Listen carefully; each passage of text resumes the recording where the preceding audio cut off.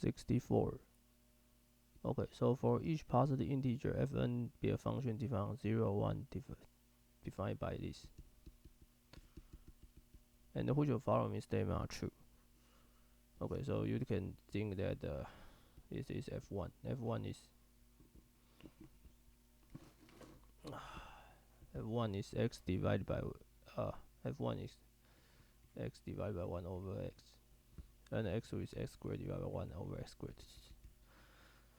So when x equals to 1, then this number is 0.5. Since 1 divided by, it always is 1 divided by 2. And when n goes to infinity, then it becomes 0 for any non 0, for any x belong to 0 and 1. So basically, maybe in the beginning you have probably this one, and then you get this one, and finally you get only the final converge results.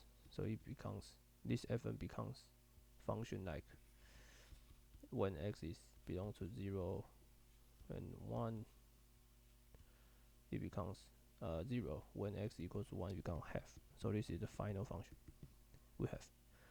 Okay, so the sequence fn converges pointwise and 0, 1 to a limit function. This is correct. Second, the sequence converges uniformly.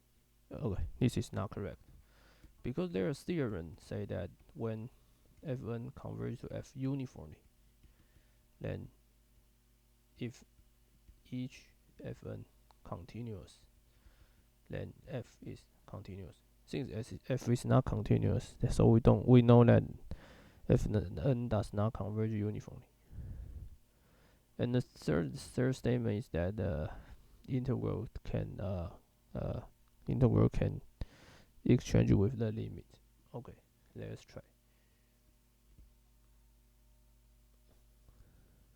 So we need to check limit n goes to infinity, f of n equals to f of n. We don't know whether this is correct. Okay, so we compute the right hand side. Basically, this is 0 because this function only has 1 point jump, so this is 0. How about the left hand side? So we need to compute this integral.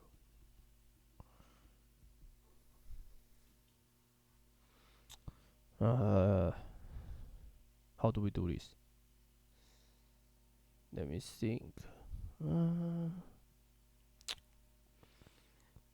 Although you can argue that this should be 0,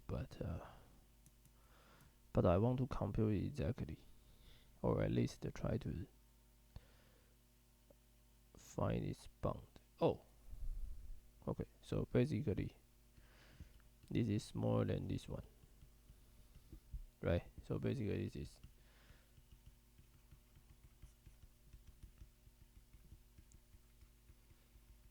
right.